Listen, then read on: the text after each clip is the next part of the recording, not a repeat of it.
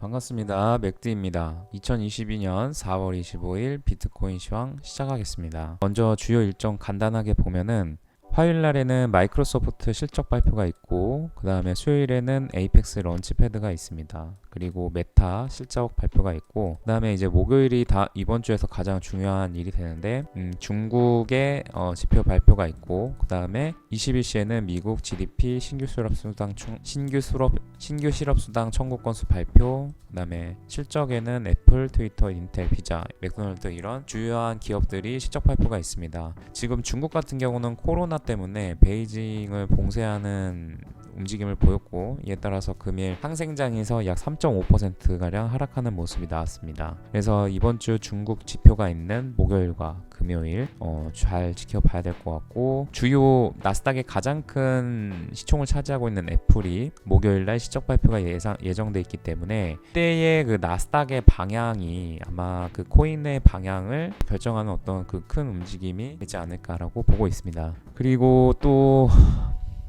그리고 이제 거래소 이벤트 관련해서 이제 설명 좀 드리면은 금엑스에서 그 첫 입금 호캉스 이벤트를 하고 있습니다. 그래서 입금하시면은 최대 75만 원까지 이렇게 상금 드리는 게 있고, 그 다음에 바이비트 같은 경우는 바이보츠라는 게 이제 출시가 됐습니다. 그래서 내일부터 해서 28일까지 투표를 하게 되는데, 이때 투표되는 코인은 USDT입니다. 테더를 가지고 여러 개 이제 상장되어 있는 코인들을 이제 투표를 해서 그 투표에 대한 보상으로 에어드랍을 해주는 거죠. 이거는 MEXC의 킥스타터랑 굉장히 비슷한 제도인데, 어쨌든 뭐 테더로 그렇게 한다고 합니다. 그래서 이렇게 이번 주는 진행이 될 것 같고, 지금 주요 호재 및 악재를 보면은 호재에서는 이제 각종 기관들이 지속적으로 비트코인을 매수하고 있다. 이런 것들은 긍정적으로 볼 수 있을 것 같고, 온체인 데이터에서도 비트코인과 이더리움에 대한 부분이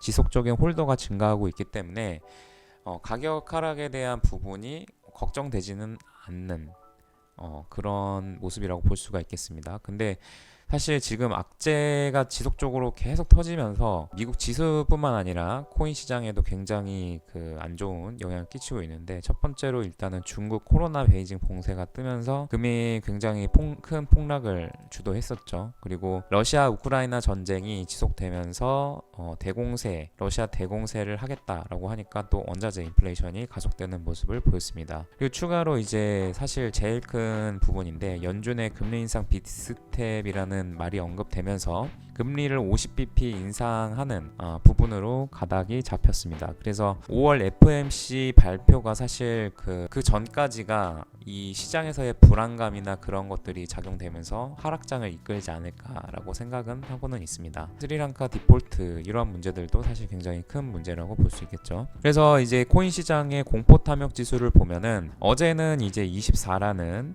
숫자를 보였고, 현재는 23, 극도의 공포를 보여주는 그런 상황이라고 볼 수가 있겠습니다. 자, 그래서 종합적으로 이제 보면은 금일 비트코인이 좀 하락을 했습니다. 그 원인으로 볼 수 있는 거는 비트코인 청산 물량을 보면은 비트코인이 4,300만 달러, 약 하나로 530억이 청산이 오늘 됐습니다. 그러면서 3% 정도 이제 하락을 하긴 했는데, 가격의 하락분 대비해서 청산되는 물량이 그렇게 크지가 않았다. 그래서 물론 중요한 가격 라인이었던 것은 분명하지만 사실상 더 큰 변동성으로 이어지는 모습은 아니었다라고 생각은 합니다. 미결제 약정을 먼저 보겠습니다. 미결제 약정은 요번에 반등을 하고 이렇게 하락을 하면서 다소 이렇게 하락한 모습을 볼 수가 있습니다. 반면에 이제 추정 레버리지 비율인데, 요거는 이거는 이렇게 높아지는 모습을 보이고 있습니다. 그리고 사상 최대치로 지금 레버리지 비율이 높아지고 있다라는 것은, 미결제 약정은 이렇게 하락했지만, 그러니까 파생 상품에 대한 전체적인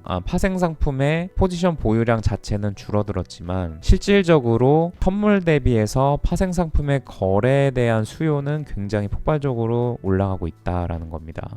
이거를 좀 더 쉽게 풀어서 얘기를 하면은, 비트코인에 대한 전체적인 인기는 떨어졌는데 남아있는 사람들이 레버리지 투자로 그 좁은 가격 움직임에서 계속 레버리지를 쌓고 있다는 거죠. 그래서 여기도 보면은 지금 횡보 구간이 이렇게 만들어지고 있는 가운데 레버리지 비율이 이렇게 높아지는 모습을 볼 수 있습니다. 자, 가격 차트를 보면서 그럼 설명을 드려보면은 1월 중순부터 해서 지금 4월달 때까지 횡보를 하면서 좁은 가격 움직임을 보였습니다. 한마디로 박스권으로 볼 수가 있는 거죠. 레버리지 투자를 높인다는 것은 곧 변동성이 발생될 가능성이 높다라고 우리들은 해석을 해볼 수가 있습니다. 왜냐하면은 현물 대비해서 파생 상품을 거래하는 거는 레버리지를 사용하는 거기 때문에 실질적으로 자신이 보유한 금액 대비해서 큰 포지션을 늘 구축을 하는 거죠. 자, 근데 그러한 파생 상품에 대한 레버리지 거래가 높아진 상태에서 청산 물량이 쏟아지기 시작한다 그러면은 위로 가든 아래로 가든 큰 움직임이 나올 수 있다라는 겁니다. 자, 그러면은 이때 우리 생각을 해봐야 되는 게 그러면은 그 변동성이 어디서 터져 나올 것이냐라는 거를 생각해 볼 수가 있다는 거죠. 그래서 보통 지금 이렇게 제가 패턴을 체크를 했는데 이런 움직임을 깃발형 패턴이라고 보기도 합니다. 보통은 이제 깃발형 패턴은 추세를 확장하는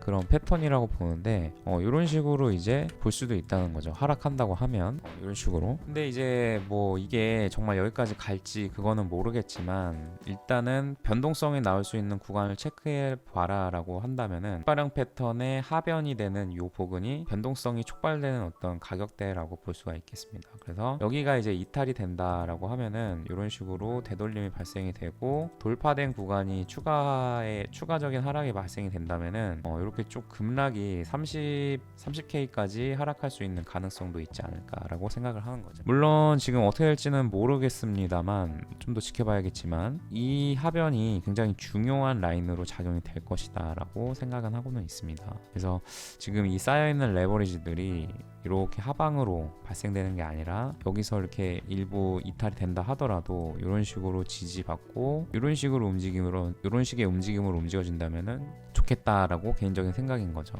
네, 그래서 이렇게 금일 간단하게 설명드렸고 궁금하신 점은 앞으로 좋은 영상을 많이 올려드릴 테니까 저의 그 영상 많이 봐주시고 구독, 좋아요 눌러주시면 감사드리겠습니다. 감사합니다.